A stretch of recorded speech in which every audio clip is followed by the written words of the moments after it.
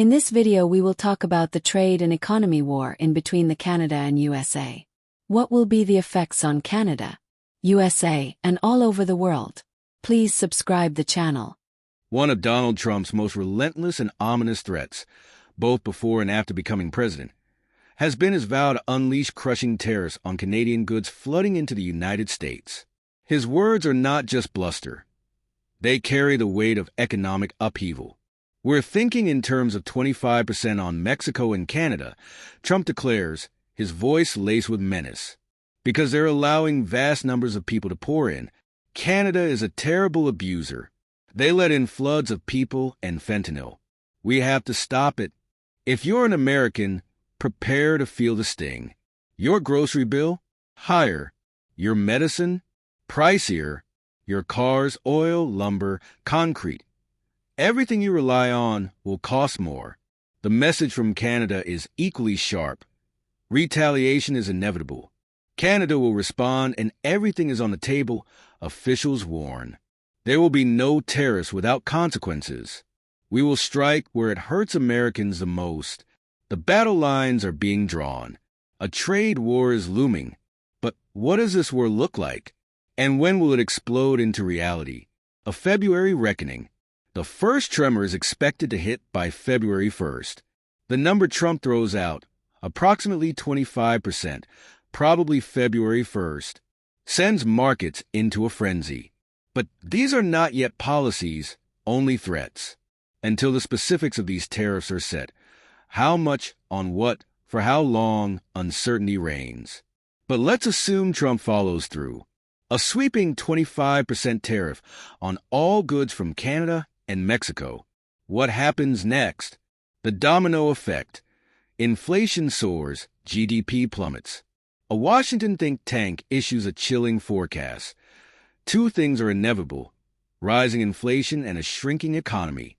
Why does inflation skyrocket?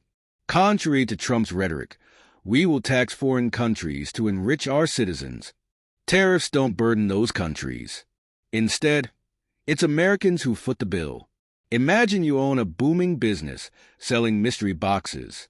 The contents could be a ripe Mexican avocado or a high-tech Canadian LX 877 Feller Buncher. The mystery is irrelevant. The real problem is cost. If you import these boxes for $100 each, a 25% tariff means you now pay $125 per box. But that cost doesn't just vanish. It has to be absorbed somewhere. Option 1. Your business swallows the loss, praying the tariffs are temporary. Option 2. You pass the cost on to customers. Most companies choose Option 2. Not only does the 25% increase get tacked onto your price, but since businesses don't sell at cost, they add their usual markup, maybe 40%. Now your $100 mystery box is priced at $175. The result?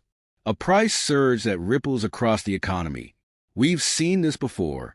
In 2018, when Trump slapped tariffs on washing machines, prices didn't just go up for foreign brands like LG and Samsung. Even American-made machines suddenly became more expensive. Worse, dryers, completely untouched by tariffs, also saw price hikes. Businesses seized the opportunity to squeeze more money out of consumers. This is the inflationary spiral that Trump's trade war could unleash. And what about GDP? The logic is grim but straightforward. Higher prices mean less consumer spending. The average American will shell out more for the same goods, leaving less money for restaurants, cars, home renovations. Everything that fuels the economy. Consumer spending drives nearly 70% of the U.S. economy. Choke that, and the entire system weakens. The auto industry, a sector on the brink. Nowhere is the devastation clearer than in the automobile industry. Cars aren't built in one place. They're Frankenstein's monster of international parts. An engine might come from one country, a transmission from another, assembly happening in yet another. Each border crossing adds a new tariff, compounding the cost. The average car crosses the U.S.-Canada border 7 to 9 times during production, says one trade analyst. Unraveling that intricate web without catastrophic consequences? like performing surgery without anesthesia. Manufacturers that rely on parts from Canada will be faced with a brutal choice.